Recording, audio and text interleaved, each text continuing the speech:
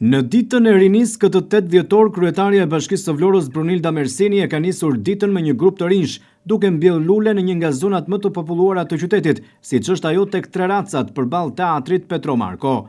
Me të rinjt në këtë ditë të tyre, për ta pasuruar këtë shesh publik me ngjyra lulesh, nismë që do të jetë prioriteti çdo kohë. Simbolikat e luleve janë të shumta, por përkujdesja për Vlorën, për ta zbukuruar, mbrojtur e zhvilluar, është qëllimi që duhet të bëjë të gjithë bashkë, thot kryetaria e Bashkisë së Vlorës. Një nga synimet kryesore të kësaj nisme, sipas Mersinit, është që të ftohen të rinjt të mendojnë për lagjen e tyre, për mjedisin ku jetojnë, për t'i dhënë sa më shumë lule dhe gjelbërim qytetit të Vlorës.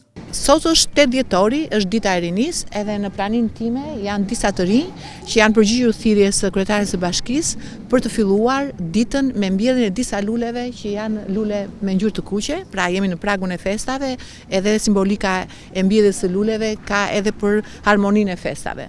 Por qëllimi është tjetër. Qëllimi është që neve t'i ftojmë këta të rinj të mendojnë për lagjen e tyre, të mendojnë për Vlorën, për mjedisin që na rrethon, duke filluar nga e përditshmja.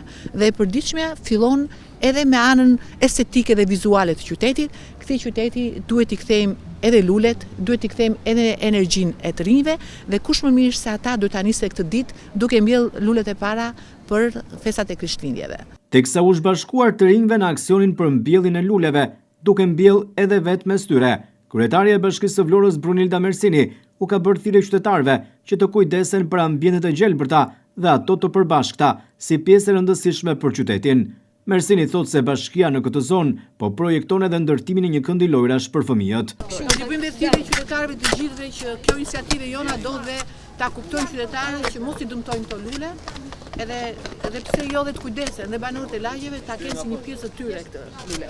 Ne po mendojmë në këtë hapësirë të krijojmë një hapësirë kreative për fëmijët, të kenë disa lodra të cilët janë diku, por janë të një privati, por bashkia duhet fillojë në këto hapësira të mendojë që jo vetëm gjelbërimi që është një pjesë e rëndësishme, por të ka hapësira dhe për të krijuar një kënd fëmijësh. Edhe jo vetëm këtu, po kudo ku ne kemi akses që janë pronat të bashkisë edhe sheshe, që kanë fëmijë, kanë pallate rreth e qark, të krijojmë hapësirat për kaluar fëmijët të disa orë. Duhet i largojmë fëmijët nga telefonat. Këtë aktivitet ndërgjegjësues dhe sensibilizues në ditën e 8 dhjetorit, kryetaria e Bashkisë së Vlorës Brunilda Mersini e ka shfrytëzuar edhe si një ftesë për të rinjtë e qytetit që ta aplikojnë për të bërë pjesë e Këshillit Vendor Rinor të Bashkisë së Vlorës.